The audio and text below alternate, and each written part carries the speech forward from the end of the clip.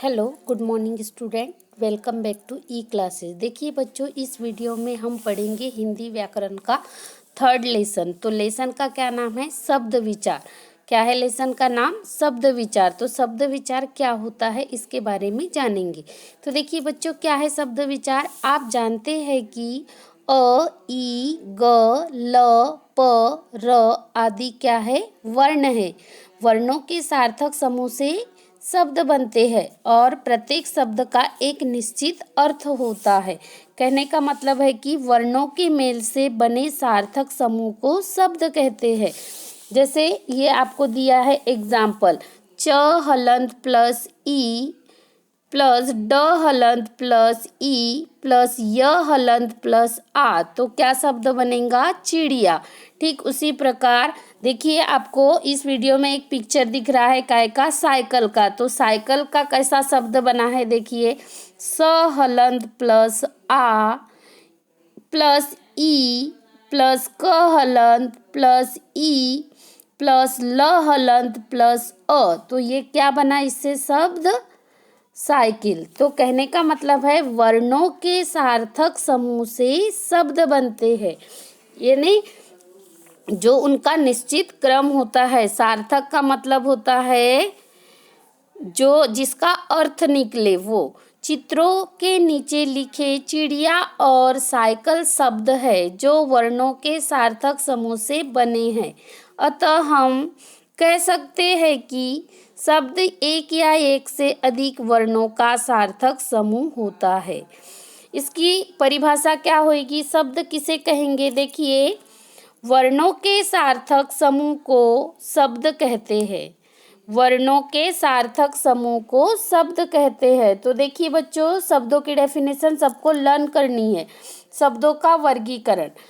अब देखिए, हिंदी भाषा में शब्दों को निम्नलिखित 4 वर्गों में बांटा गया है। तो देखिए बच्चों, सबसे पहले आप इस लेसन में पाठ का नाम लिखोगे, शब्द विचार। उसके बाद शब्द हेडिंग डालोगे, शब्द का मतलब उसकी डेफिनेशन लिखोगे और फिर शब्दों का वर्गीकरण। तो देखिए बच्चों, शब्दों का वर्गीकरण मुख्यतः 4 प्रकार से किया गया है। तो सबसे पहले देखते हैं अर्थ के आधार पर। फर्स्ट क्या है? अर्थ के आधार पर। दूसरा क्या है? उत्पत्ति के आधार पर। और थर्ड क्या है? रचना या बनावट के आधार पर। फिर लास्ट फोर्थ नंबर है प्रयोग के आधार पर। तो देखिए बच्चों, फर्स्ट अर्थ के आधार पर शब्द भेद।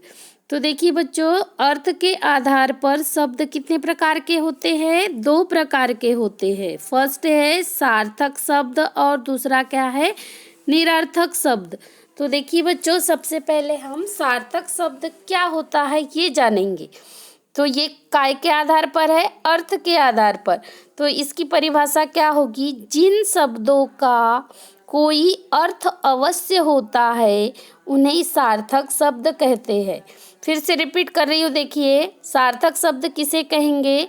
जिन शब्दों का कोई अर्थ अवश्य होता है उन्हें सार्थक शब्द कहते हैं, जैसे रोटी, पानी आदि। तो देखिए बच्चों, आपको समझ में आ गया होगा कि अर्थ के आधार पर शब्द 2 प्रकार के होते हैं। फर्स्ट सार्थक शब्द, दूसरा निरर्थक। सार्थक शब्द की भी डेफिनेशन समझ लिए हमने। अब निरर्थक शब्द किसे कहेंगे? जिन शब्दों का कोई अर्थ नहीं होता उन्हें निरर्थक शब्द कहते हैं, जैसे ओटी, वानी।